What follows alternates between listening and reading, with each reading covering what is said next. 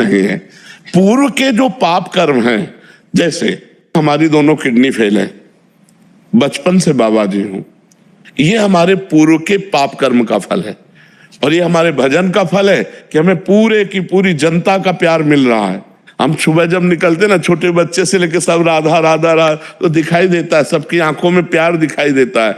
भक्ति से दुख नहीं मिलता, लेकिन जैसे हमने अभी भक्ति शुरू की, हमारे पाप कर्म का परिणाम लग गया, तो अब हमें दुख मिलेगा, क्योंकि भक्ति हमारी अभी खेती है।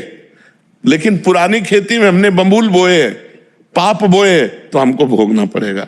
जैसे बड़े बड़े संतों को भोगना पड़ता है। रामकृष्ण परमहंस जी के कैंसर और बड़े बड़े संतों के कष्ट देखे गए, और वो इतनी सामर्थ्य रखते हैं कि दूसरे के कैंसर को मिटा दे, दूसरे के दुख को मिटा दे, लेकिन वो अपने दुख को भोग करके भगवान की प्रसन्नता के लिए भगवान को, भक्ति से कभी किसी को दुख मिल ही नहीं सकता, लेकिन भक्तों के जीवन में दुख देखा गया है।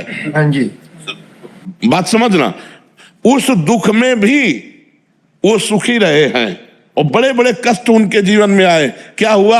अब जैसे हमारा आखिरी जन्म है, अब हमें जन्म नहीं लेना, तो हमारे हजारों अनंतों जन्मों के पापों को थोड़ा थोड़ा भुगा भुगा कर, अब जब थोड़ा थोड़ा भोगेंगे तो कदम कदम पे भोगना है। अब भोगते भोगते मर जाएंगे, इसके बाद भगवान को प्राप्त हो गए, खत्म। अब तुम्हारा अनंत जन्म भटकना है। अभी बोले पापी आदमी कोई भी कष्ट नहीं हुआ, जुकाम भी नहीं हुआ, चट मर गया। देखने को मिलता है ऐसा कि पापी आदमी हंसते नाचते मर गया, और संत बने हैं, पूरा जीवन भजन करो, महीनों सड़ना पड़ा। क्यों? क्योंकि इनके अनंत जन्मों का हिसाब होकर अभी भगवान को प्राप्त होंगे और उनको भटकना पड़ेगा, अभी हजारों जन्म भटकना पड़े।